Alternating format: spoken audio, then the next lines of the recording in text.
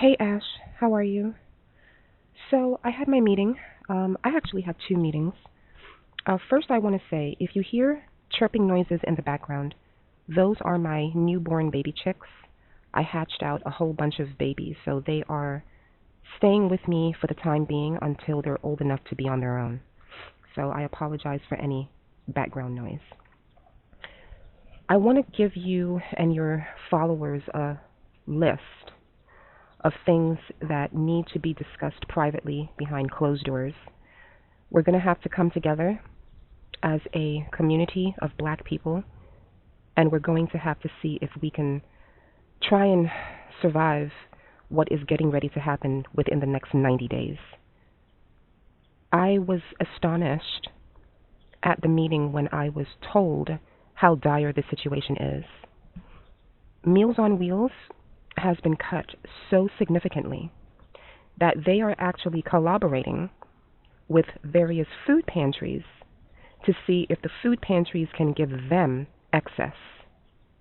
But the problem is that the food pantries themselves are not being funded, and the delivery trucks are not delivering goods. The farmers are not getting paid. So the pantries are strapped for cash, so they have no excess. And if they have no excess, then the Meals on Wheels program does not have excess to give out. So they are actually calling for members of the community to donate out of the kindness of their hearts, to just rummage through their pantries, whatever it is that they're not going to be using, donate it to them, and they'll put together boxes and they'll deliver food to the most vulnerable members of their communities. And those tend to be mommies, pregnant women, the elderly, the disabled, and people that have chronic sickness. So, this is not propaganda. This is 100% fact. The meeting that we had was with the director of Meals on Wheels for this particular region where I live on the East Coast. And I want to clarify for your listeners that you can't always believe everything that you hear and see on the internet, but I'm here to verify and to tell you that it is not propaganda. It is real. There is a food crisis that is happening right in front of our faces, and the time to wake up is yesterday. The time to take action is yesterday. So I'm going to give your viewers some real tangible steps that they can take in order to fight what is getting ready to happen in the next 90 days. Number one, get a pen and a piece of paper, please, and take down notes. Number one, start looking for seized lots, sheriff sales, and foreclosures, properties that are basically delinquent. Now, there are a lot of farms, unfortunately, that are going to be up for auction because white farmers cannot hold on to them. This is going to be the black community's golden moment to reclaim property that is rightfully ours. We were supposed to be given 40 acres and a mule, various items, various treaties that we were supposed to be given have been rescinded. I think that this is God's divine plan so that the land can be returned to the rightful property owners, but we're going to have to be very, very smart about this. So you're going to scour the internet. This is a website that my friend and I use. It's called auction.com. You want to look for any lot that is foreclosed, seized, delinquent, derelict, and see if the lot could potentially work for you. You're going to have to do your due diligence. This is something that I cannot help you with. You're going to have to go and research the lot, look at the lot, especially after a rainstorm. Find out where the water runs off, if the lot is big enough for you.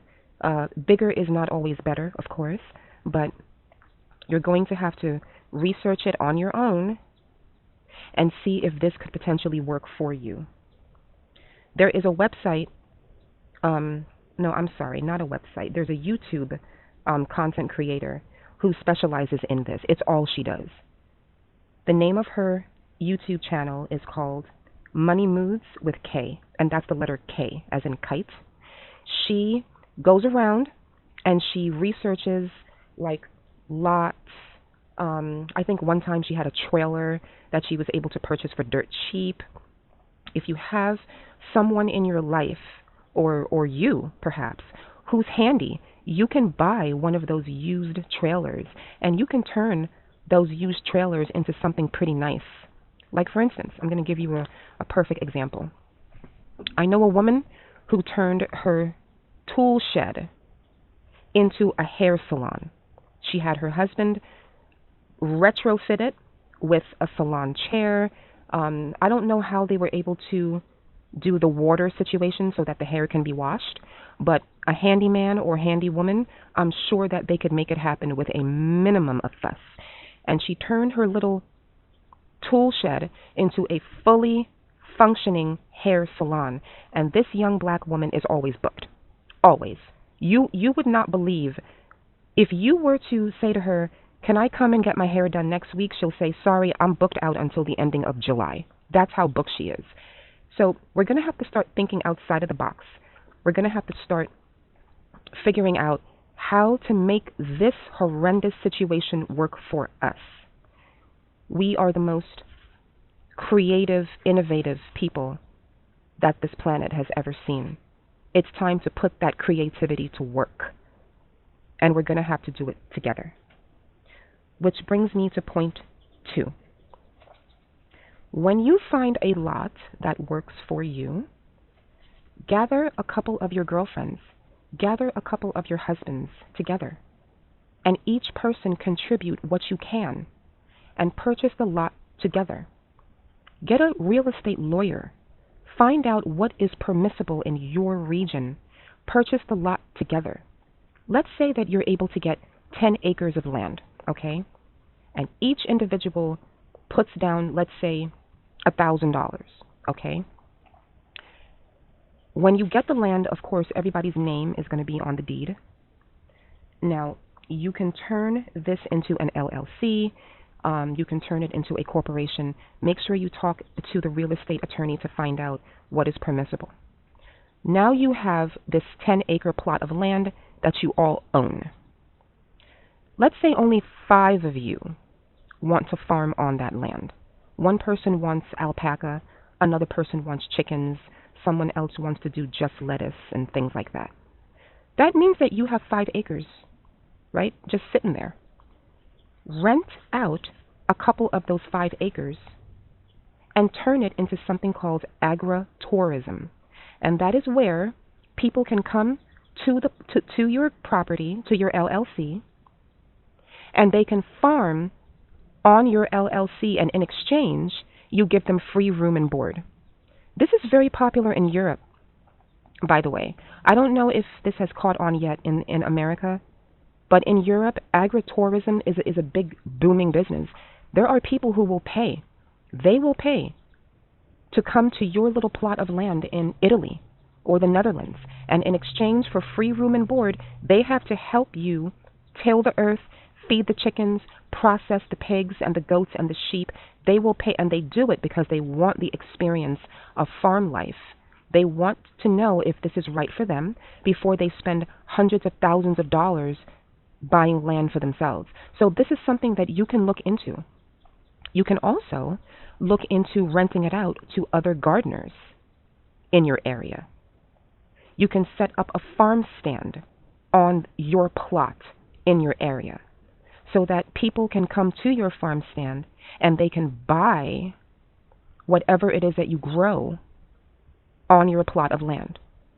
So this is something that I myself have been considering doing.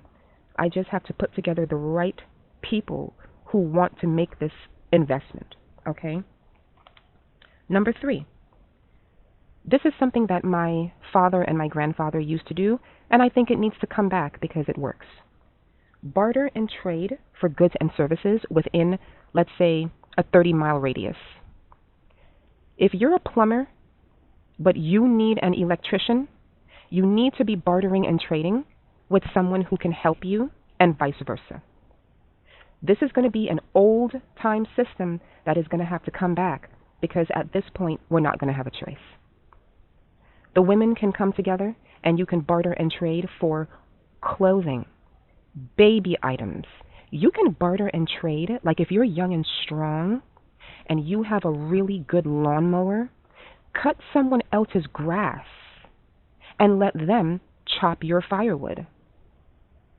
There are ways that you can get around spending money and constantly being pulled back into this horrendous capitalistic society. Unfortunately, we all have to have money, we all have to live, and we all have to survive. We have to keep warm in the winter and cool in the summer. Some of us are going to need medicines.